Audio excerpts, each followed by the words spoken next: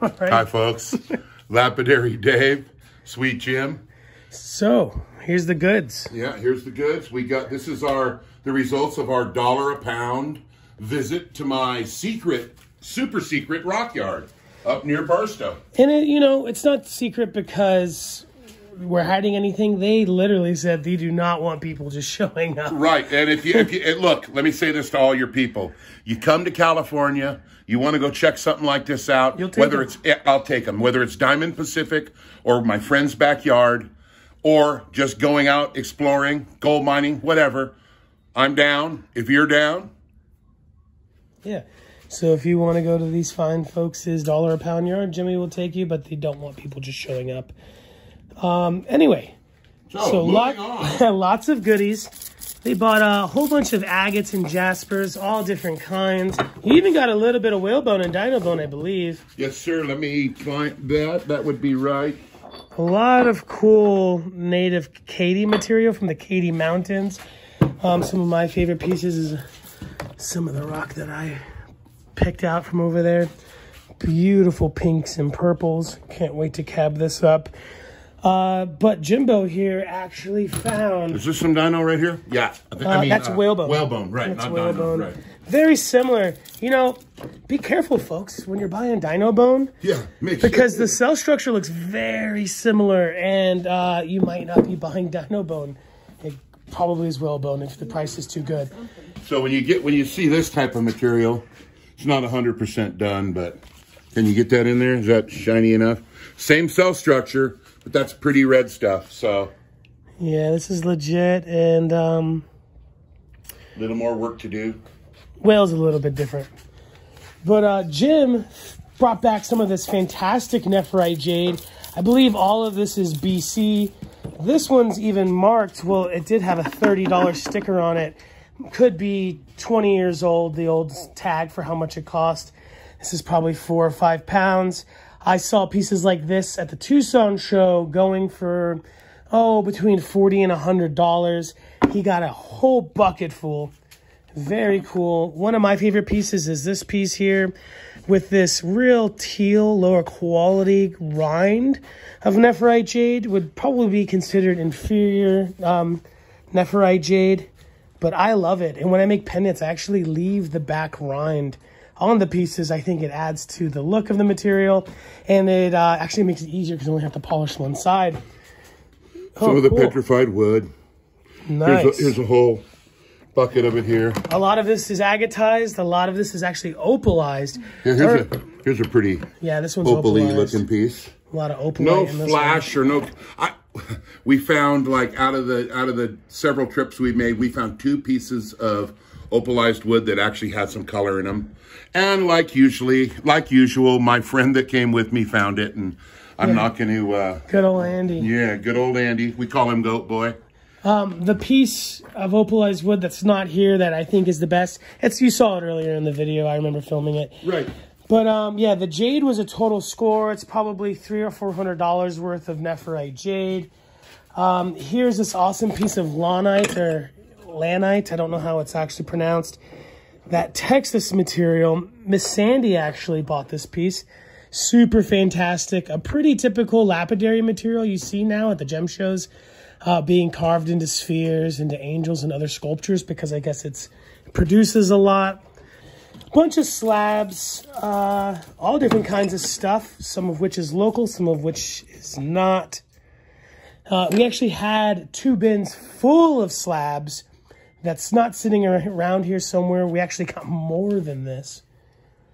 It's all over the place, really, the stuff that Jim went pretty hog wild on.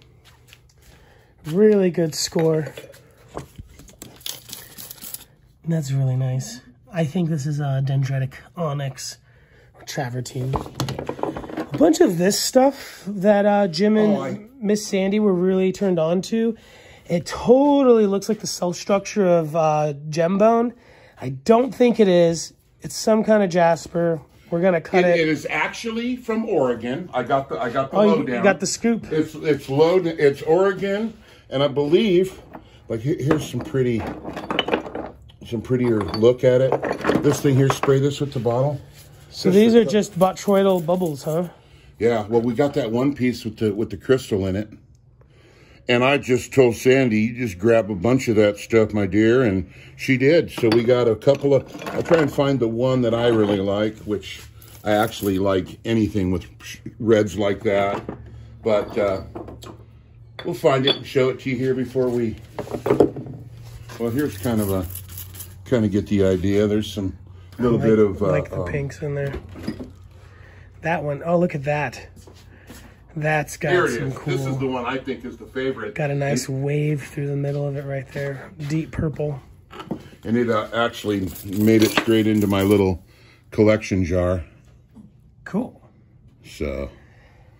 Yeah, got a lot of stuff. He got these big slabs. One of the days I wasn't there. This piece of Nephrite Jade is probably a little lower quality, but you could totally see something like this being sold at the Tucson show for $40 to $60, $80. Pretty nice. Pretty cool. Even if it was sold for $20, that's probably $1. This drives me nuts. I'm sorry, folks.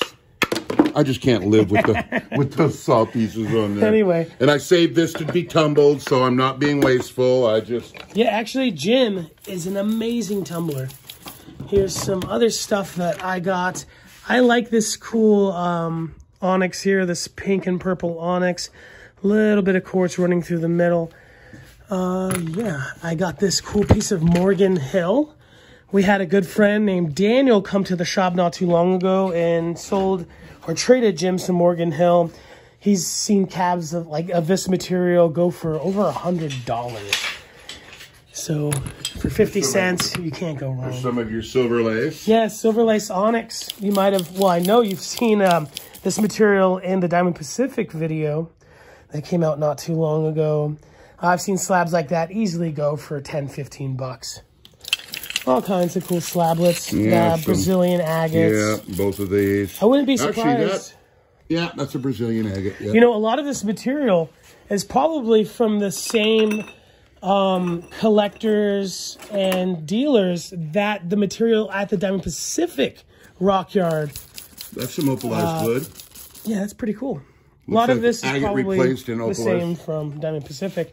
But my favorites that Jim and Sandy got from the $1 Rock Yard Adventure is the turquoise and the some of my favorite material that Jim and Sandy got from the $1 Rock Yard Adventure are the phosphates. So you watched us pick this bag of Royston turquoise. Absolutely amazing. You know, we were talking about how this is just a cap, a little vein there. Most of the vein stuff you see nowadays is kind of what they call ribbon turquoise. And it's just like a few pieces of the vein going through the turquoise. I like to cut with the grain where you get a lot more of the surface, but the cab ends up being... a lot of the back of the cab ends up being matrix. I cut these two pieces with the vein. So instead of just getting ribbons, you get a lot of nice surface material. And here's an example, Dave, of the ribbon, I think. Yeah, like if you made a cab that way, it would be ribbon. I went with the grain. You can see here that the vein is actually really thin, where there's a lot of the backing formula, backing stone. It's super hard, so you don't have to back this material. This one will be a pendant. Very beautiful. This one is super cool. Nice dark forest greens that you saw in the video earlier, and actually a ribbon on the back. Pretty cool. These aren't even final polished. But I'm super excited to process some of this material with Jim and to see what he does with it. No stabilization needed? None. Right. Here's a little cab you did the other night. Yeah, so I was going to say... You know, I actually messed this up. Out of this entire rock here, I cut out a piece of vein that thick as this surface here, and it actually snapped into about 5 or 6 of these little pieces. I roughly did this cab to show you. And I got a little greedy. You can see how thin that backing is. I don't like to sell stones with a lot of host rock on the back or any kind of backing. So I tried to chop it really thin, and I broke some of the stone. But I weighed this out. It's about, 4 grams. So, you know, natural, unstabilized turquoise, even green, easily 50 cents to $1 a carat. Totally paid for itself. Lovely stuff. Before I went to the rock yard, Jim sent me a picture of some beautiful material. He asked me about it, and it was actually this beautiful natural Verasite. Verasite, I don't know if it's an aluminum phosphate or a copper phosphate. I know turquoise is one or the other, but it is phosphate. Verasite is kissing cousins with turquoise. Absolutely amazing stuff. Haven't had any time to cab any of this yet. I know for a fact this is Utah material. I believe they call it like Lucin or Lucian or something. And this whole bucket on the bottom is lined with that material. He probably bought, 6 pounds of it. I see this easily going for $1 a gram rough. Wow. So, yeah, this is really cool. I've seen it being sold as low as, maybe $3 a gram when it's cabbed. Since it doesn't need to be stabilized, people tend to make it thicker. It's really cool material. Bravo on getting all of that. I didn't see a lick of that at the rock yard, so you must have got it all. Well, again, we probably searched about 1/8 of the buckets, or not even that. There's still treasures there. Oh, totally. Well, we were looking at the big pile. When I say big pile, you got that on film, right? The big, the huge pile. Yeah. So you'll see either before this or whenever it comes in this video. I mean, we never uncovered it, but there's probably 2,000 pounds of just beautiful rose quartz. Oh, yeah. You know, we didn't even, I saw a giant piece of what is called, or what is known as Nevada rose. It's a purple fibrous material. I'll throw up here in the video now. I see being sold rough for $3 a gram or more. I know the miner of that material currently vends at the Miners Co-op, and he doesn't come off of his material on the price of it very much. Oh, that's beautiful. Yeah, it is. More pretties. Some kind of onyx. It's probably the strawberry onyx. Yeah, could be. But yeah, we did great on the rock. This alone made my whole day, but the agates, totally blessed. I am fighting the agate bug. Yeah, I've given it to you. It's contagious. You gave me the turquoise bug, which I would have never. I flew on turquoise. A lot of people in this area around the Katy Mountains, there's so much beautiful material to be rock hounded here. They don't really even think about it. Your friend, the red-headed tall guy, he goes to Costa Rica a lot. I don't know. His name is, oh my God, Dale. Dale. Yeah, he is a connoisseur of like agates and, what's his favorite? Well, he actually loves Dino Bone, but anyways. Continue. He does a lot of hard rock mining up there in the Katys and stuff. And Jaspers. He was telling me he's not particularly a turquoise guy at all. Right. He doesn't really care. Yeah, I love the Southern California high desert rock scene. It's very contagious. I love all its material. You guys found some great stuff that you are never going to get around to cutting anytime soon. Oh, I know. Oh, my gosh. But this is great. We didn't mention what I consider the best score at this rock yard, which is the gear. Let's step outside and take a look at the gear. Well, hopefully we'll start right here. So, Jim bought all of these goodies we're going to take a look at. I'll start here and tell you what I've got. And this. He bought all of this stuff for $1,000. 5 electric motors, an old saw, and a spindle. 8-inch. And yeah, that's an 8 or a 10. This is a polyarbor. And it has the wheels, and they're fresh. This Diamond Pacific Galaxy wheel, in its good condition, worth every penny of $180. Two flat laps. This one's brand new. Vibrolaps. Vibrolaps. Yeah. Perfect for polishing slabs. Yeah, and so with 1, 2, 3, 4, and then the 2 on here, 5, 6 different, I guess you would call this a drum. So pardon me for I don't know. I'm not an expert a big on Vibrolap guy. I'm going to get into it, though. So another 8-inch saw with the weight driven. Look at this. It's just 2 pieces of steel and tons of weld. And this goes on the back, pulls the stone, pulls the vise.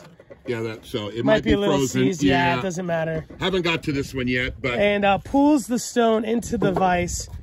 kind of like the poor man's auto feed. Right. This alone, this saw right here, every penny of $300 to $400. Somebody told me that the old timers prefer this. They'll buy a Highland Park machine and take the drive off and use a weight drive too, because you get they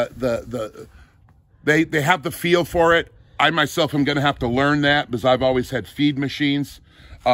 Anyways, so that's kind of interesting. I believe I was the person who told you that. When I worked for Sherman Rowland during the Tucson show, Highland Park, he told me that old timers were disengaging the auto feed on their brand new saws that they bought from Highland Park, popped a hole in it, put the pulley, because they could feel the rock. They know the rocks are cutting. A lot of these old timers are cutting the same material over and over and over. They know just how much weight to put on the saw to pull that stone, and they can cut it faster and cleaner than the auto feed is providing, because a lot of these auto feeds only cut at one speed. Correct. Which is usually slower so that they don't get bound up.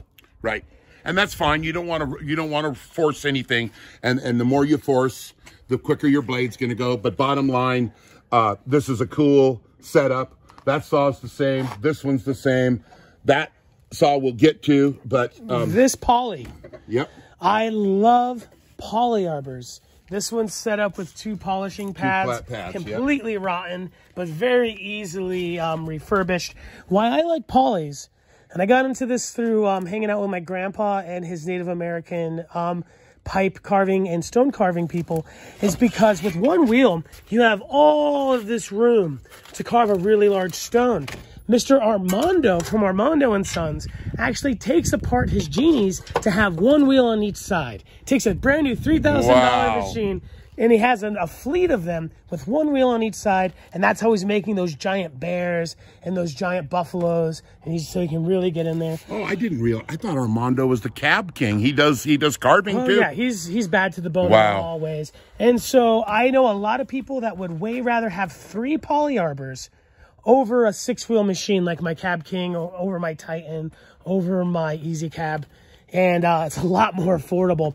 These casually go on the market for about $100 to $350, depending on the condition and if it comes with a motor and whatnot. This is some kind of cooking pan. I will refresh this. I have a big sheet of plywood that I'm going to start rebuilding things on. Before we move to this gem, 1, 2, 3, 4, 5, 6 times 2 is 12, 13, 14. These are 14 brand new Diamond Pacific wheels. Now this one here might be an experimental or a second, but the reality is they're just unbelievable that this stuff came with this. In this stack, he has a couple 36 grits, which go for brand new, which all of these are brand new, $270 each.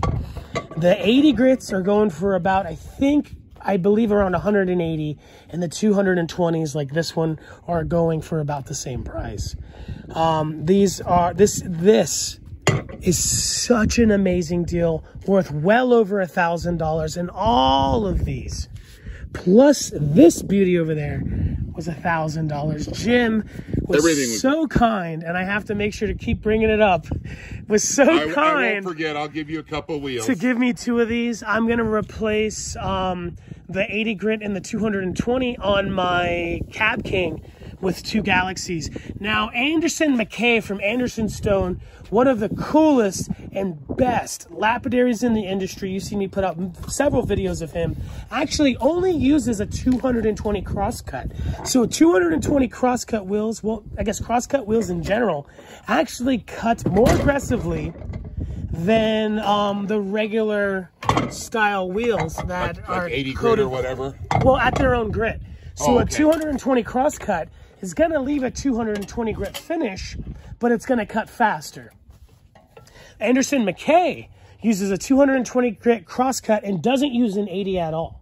So he uses 220, goes down to 140 Nova, so he moves backwards, then 280, and he goes on to 3,000. This lets him cab pieces of stone, and I've filmed him several times doing it, in maybe 4 to 8 minutes. Where, you know, some pieces might take a lot longer trying to remove those 80 grit scratches. If you miss an 80 grit scratch, you're going to have to jump backwards. But his trick is going from 220 back down to 140 Nova, So it quickly removes those hard wheel scratches. Then he's flying.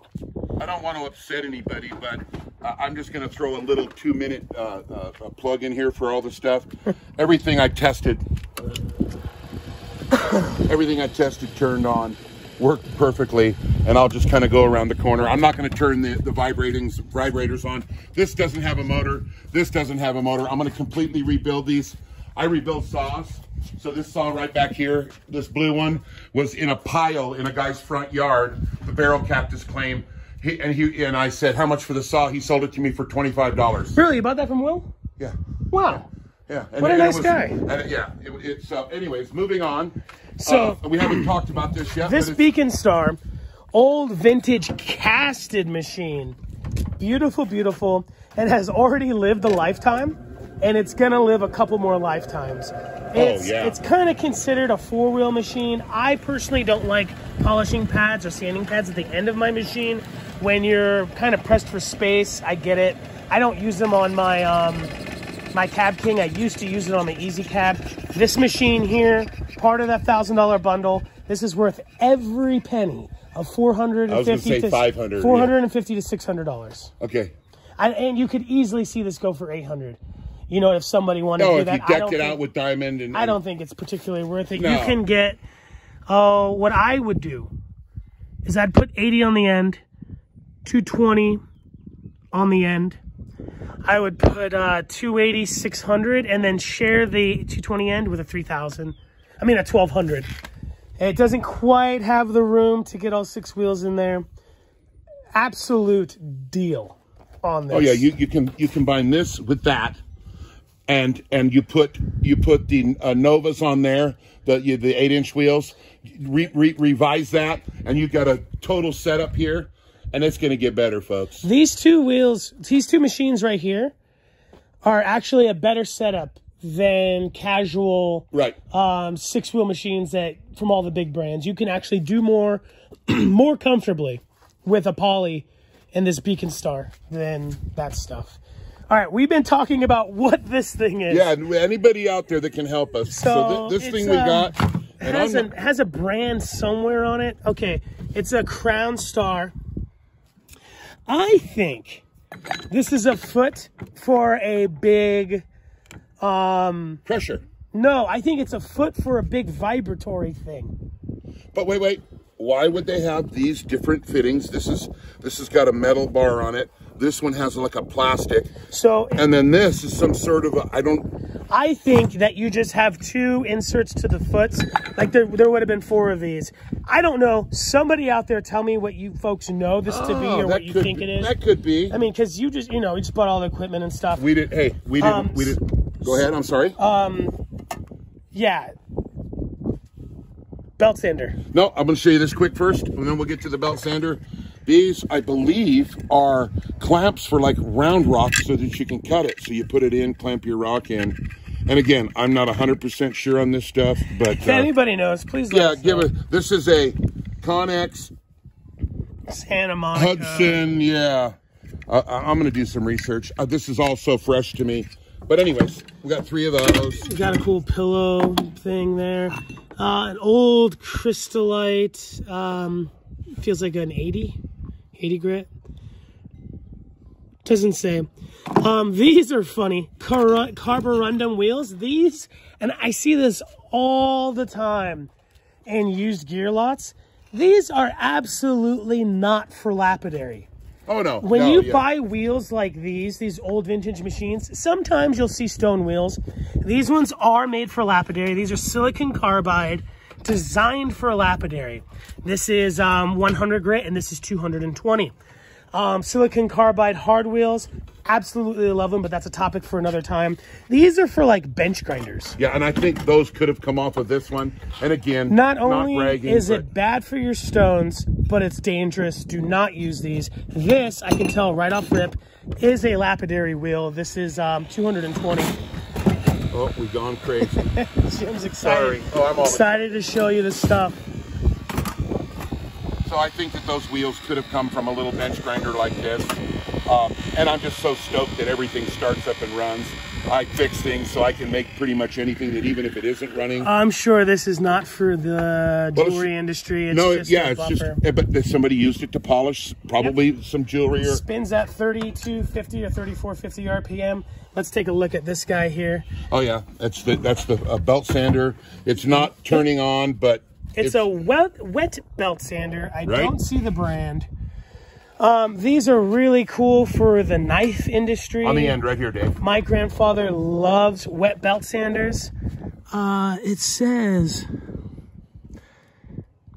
SurfNet. Uh-oh, okay. Buffer LLT, I don't know. But it's made in Evanston, USA. Very cool. My grandfather loves wet belt sanders. See these used in the knife making industry a lot. Highland Park to this day still produces a wet belt sander. I believe Covington might as well. I have one. Oh, cool. Yeah, I have Who a makes Covington vertical. Oh, it's a Covington. Yeah. And mine's newer. I know it's in that shed full of stuff too. Full of goodies.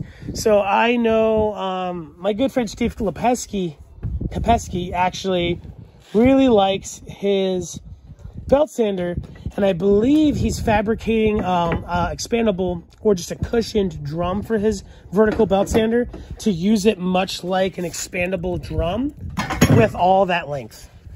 More belt is going to last longer, it's going to cut faster, and you're going to work faster. Over here is some other kind of just date-in. Someone made a trim saw out of a buffer.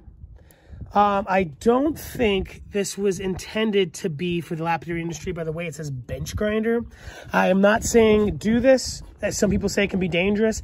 I know a lot of my friends overseas totally rig bench grinders to become lapidary saws. Absolutely. I don't know what's up with this arm. It kind of looks like that's maybe someone repainted this. Kind of looks like it was what it was intended for. But yeah, I know for a fact that you can take a bench grinder, fabricate it into a wet saw by making a little table like this. When I first went to Nyland with Lynn, I was so desperate for a lapidary saw, and I didn't want to buy a trim saw, that I attached a angle grinder to the bottom of a table. Right. And made my own trim saw. With the blade sticking up through the table. Yeah, I probably had maybe 2 inches of work blade, but it works. Another one of my most favorite machines out of his lot is this green girl. Guess what this skinny little thing is? You're not going to believe it. So I've never seen anything like it. I've never seen anything like it. The side is open. It is a 10-inch saw. It's a 10-inch gravity feed saw. So again, you've got the weight off the back. You mount your rock here, and it slides through the cut. And if I'm not mistaken, and I probably am not, this baby right here also. I run that till the horseshoes fell off of it. But yeah, it's really, really cool, and I can hardly wait to refurbish it. When I get done, this baby will be brand new, and yeah, so there you go. So pull that back for me. Yeah, so if it's here. So yeah, and then you put the weight on it, and it pulls into the blade. I love it. While we were at the Diamond Pacific factory, I saw something very similar. The gentleman, Don, said it was this custom saw that had a similar vise that kind of swung like that. A custom saw. He said it was made for geodes. I don't know what's about this. I doubt that it's green because it's a Highland Park or a Covington. If anyone knows, let me know. Oh. I'm going to be stealing this from Jim in the middle of the night. Mm-hmm. I love this saw. It's probably not, it won't even serve like what I'm going to be trying to do lapidary wise, but it's just fantastic. Look at it. It's so ugly and cute. Have you ever heard a term, pheasant under glass? No. So we have, well, that's the way you can get pheasants that way, and they bring it out to you under glass. So this is a big vacuum table and a cool vacuum cover, and it came with a vacuum pump.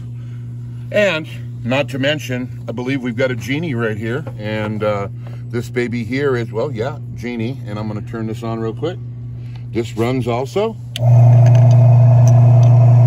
Nice. So Genies are often considered the best lapidary machine in the world. They have gone up in price. I believe Genies are going for about, I don't want to misquote anything, but they're over $2,000. Yeah, it's $2,500. When I got in the industry, they were $1,875. This is such a score. This is almost worth $1,000. I see them casually go for, in this condition, for about $450 to $750. But I'm telling Jim, buy the hoods, because he lives 30 minutes from Barstow, where the factory is. Buy the hoods, ignore the pump. Oh, yeah, yeah. Make your own watering system. system. Yep. So the water spitters are fantastic for what they're meant to do, you know, preserving water and stuff. But Jim is a big boy, and he is a big lapidary, and he makes a big mess like me. And water spitters are just kind of not what we need. And it does have the water parts and the other attachments that fill on here. But I'm going to probably make this into a kind of a custom Genie. So I left a day early from Jim's last time I was here a couple weeks ago to go do a couple gigs where I'm staying at an island. And the next day he called me and he's like, dude, you're never going to believe what I got. And he showed me all of these goodies, but he mentioned a Genie. And I'm like, oh my gosh, you got a Genie plus all of this stuff? Like, you just don't see a lot of used Genies that work. A lot of Genies this vintage, the capacitors burn out. And I've talked to Diamond Pacific Don on this for a while. He says if it runs for, you know, 20, 30, 40 hours, then you probably don't have to change the capacitor.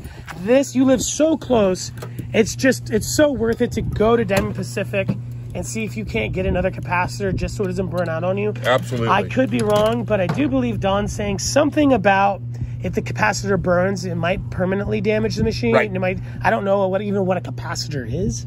Well, it's like a capacitor holds a voltage and it helps start it. So it's like a starter, kind of it helps in getting it started. Very cool. So yeah, so we got a vacuum thing here, so you can use the different. I'm not going to hook it up, but yeah, stabilizing is what we're going to use it for. Exactly. You put some cactus juice in there. We've had some miserable experiences with our cactus juice experimentations lately. But looking at the Genie, it looks like it might be. Oh. I was at. I can't tell. Sometimes I can tell from the serial numbers. It kind of gives it away. But you can literally take a picture of that, send it to Don. My Genie that I bought for $180 at a thrift store actually had Don sign. That's cool. You know, nobody lives forever. Maybe some people don't care about that stuff. I had Sherman Rollins sign my saw when I worked for him. Right. Sherman Rollins, by the way, has an incredible signature. Wow. He's got a movie star signature. I'm going to tell you something here. I was in Diamond Pacific sitting there talking with Don. A lady came in with a machine. And he looks at it and goes, "Oh my gosh!" And she's like, "What?" She goes, "I need the parts for this." And he says, "First of all, ma'am, this belongs in a museum." So I don't know if that's like first generation. Yeah, I don't know. Something. I didn't. When he has a customer, I get out of the way so they can do what they do. Mine was from '77. Yeah, I don't know what the year is. And it looked a little bit worse than this. So we were asking your people what that is, and you think it might be a leg to something. I'm asking the people, what is this? I'm thinking it's a mix. Obviously, I think it's for milkshakes. Oh, okay. But this Master L&R or L&A Master milkshake machine? I don't know.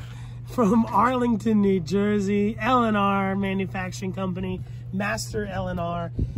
Maybe for mixing investment in the casting That's what I'm thinking it is. Yes, I think that's exactly what it is. The reason why I say that is because there's 2 kilns that you got. Well, actually, I didn't show you the other 2. I have 4 kilns. These are the small. Give me kilns. I'll give you a kiln. I have like 6 kilns, and I don't even intend to use any of them.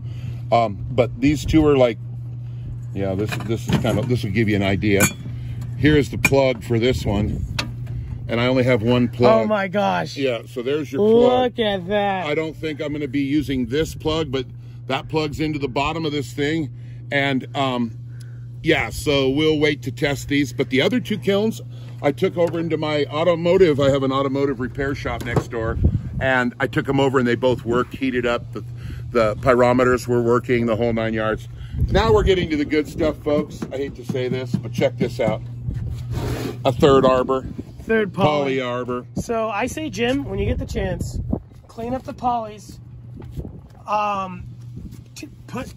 Put all your centered, your 2 centereds. Right. Your 80 and your 220. Put them on a poly. Right. Set up another poly with a 140 grit Nova. Right. So you can work like Anderson McKay. Right. Then I also want to do one with like 230 grits on it, so I can window my rough fire agate. Sometimes I got to grind through this much. You know, you have a 36 grit wheel over here. No, I know. I have a few of them. So that's definitely, yeah. You don't just set it up as another machine. If no. Set it up as an extension of your product. You know what, Dave? If we get lucky, I don't want to promise this right now, but maybe we'll fix one of these up and do a giveaway. That would be awesome. I'm sure there's some people out there right now going, oh, I wish I could find that kind of stuff. Well, let me tell you something. The reason why we're doing this tour is to let you know that these deals are out there. Never give up. Sometimes these are once or twice in a lifetime style deals. I've been blessed to find things like a Genie for 180 bucks. I often find Lore Tones for like $20. The deals are out here. That's why we're doing it. I will do my best to convince Sweet Jim to give away a poly arbor. We might do that for your people, because I'm having such a blast doing all this.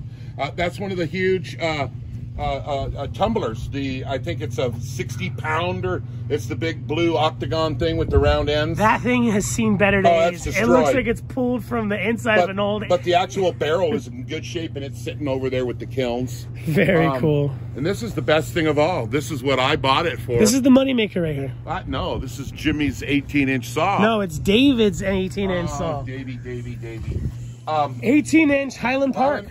And I'm going to do a complete, my YouTube channel starting, as you know. Please subscribe. JNS Rocks. I'll put up the little logo over here, and I'll put down in the description section a link, so if you're lazy, you can hop on over there and subscribe to Sweet Jim. People are not lazy. They're just busy. Yeah, I hear you. That's what I say. So this is a complete 18-inch saw. I've disassembled it. I have a picture. Rebuild this, and you will see this, and it will look like brand new, like that saw right there. So it didn't look like this when he bought it. It actually was all put together, and it had the hood that was disintegrating. He has a picture of it he sent me. I'll put that picture right here. Yeah, this is what's left of the hood. Right. He can get that hood. I will remake it. I will make it. Brilliant. He can make it. Really nice carriage there. It has the 1 horsepower motor. All the goodies. Here's the other part of the vise. Oh no, there's nothing missing. Look at this guab. This guab of grease, ancient grease. Yeah, look on the other side. That'll tell you the model number of the... Flip it over.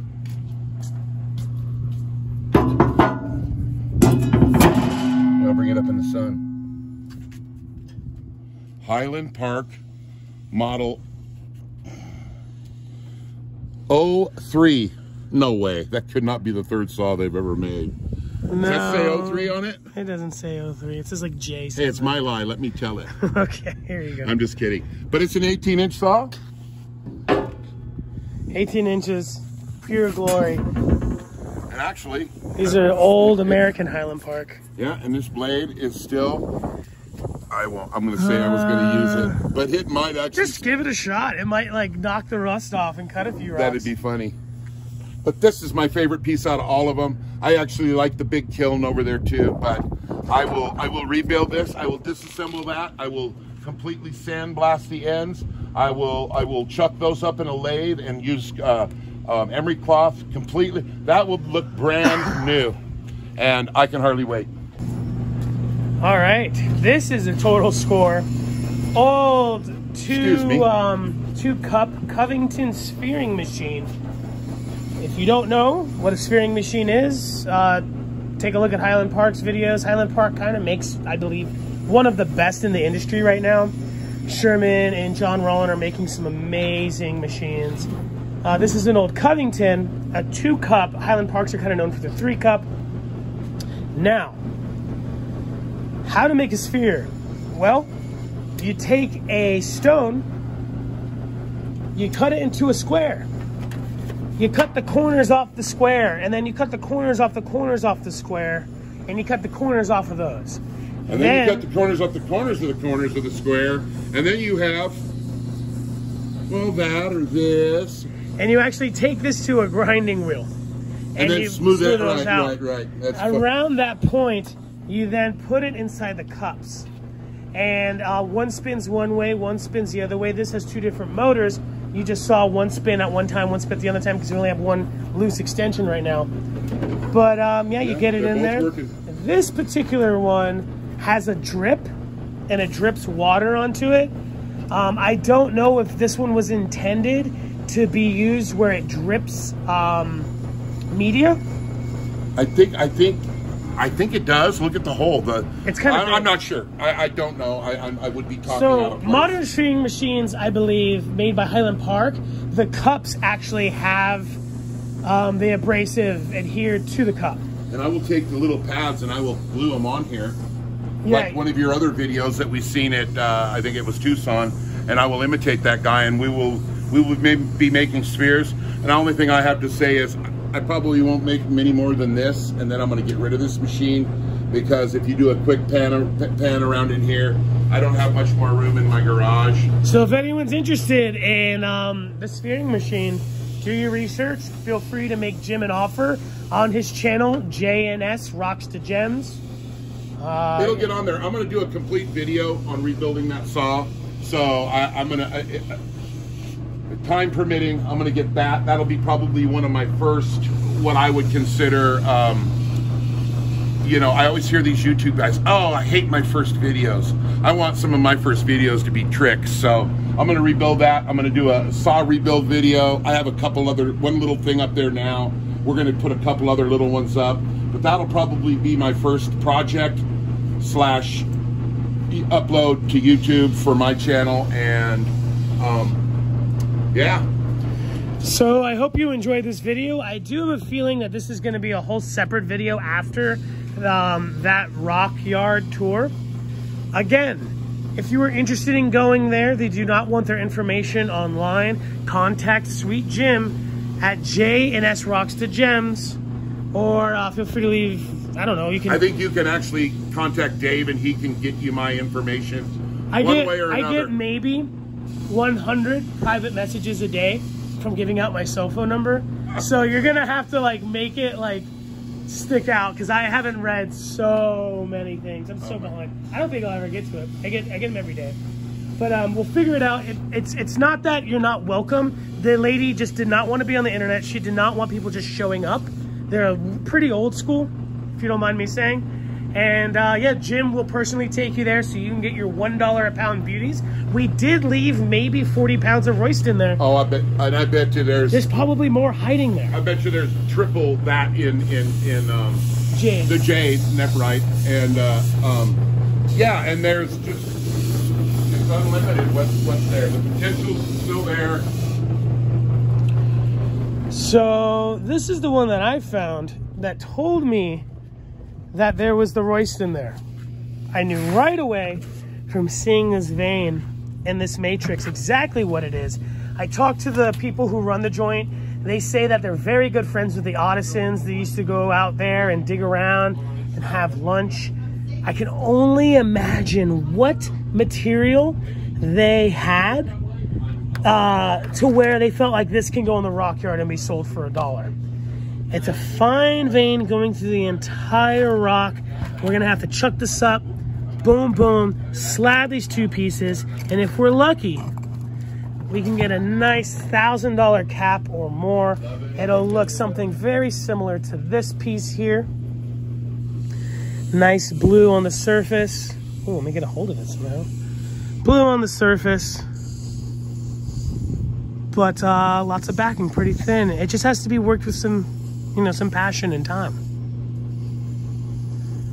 Beautiful stone. If anyone is interested in this pendant, feel free to message me or leave a comment, let me know. And if anyone is interested in this guy, the forest green, let me know.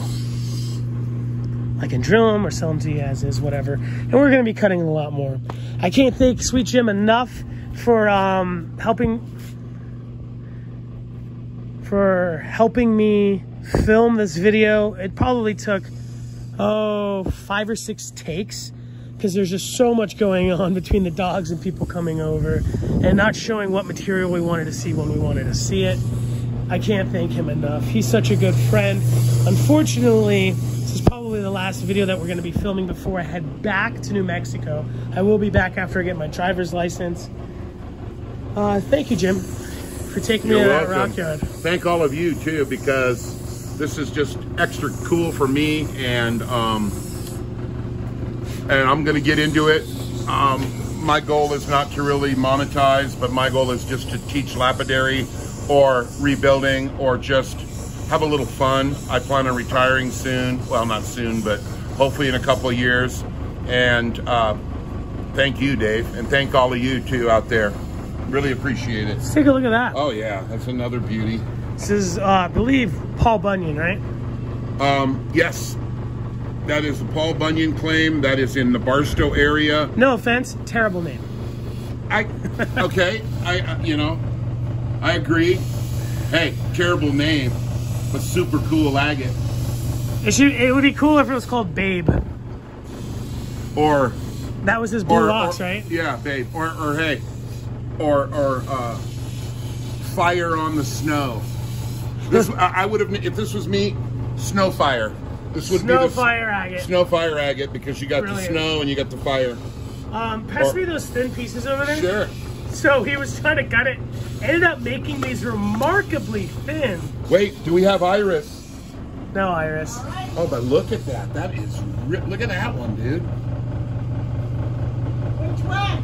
It's the thin one, sweetheart. He made these super thin cuts, less than 2 millimeters, on the big saw. 24 inch. Totally on accident. You should have heard him cursing when he thought something was wrong with the blade. You know I don't curse. Look how thin those are. This is, you take this, put some tape, hold it to make a grip, take it to the Richardson Ranch on your iris. Perfect iris. Yeah, well. If the material, not this material, but like Montana or something that has iris, but this is how thin you want a slab material.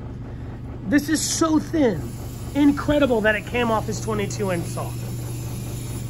Anyway. 24-inch. 24-inch.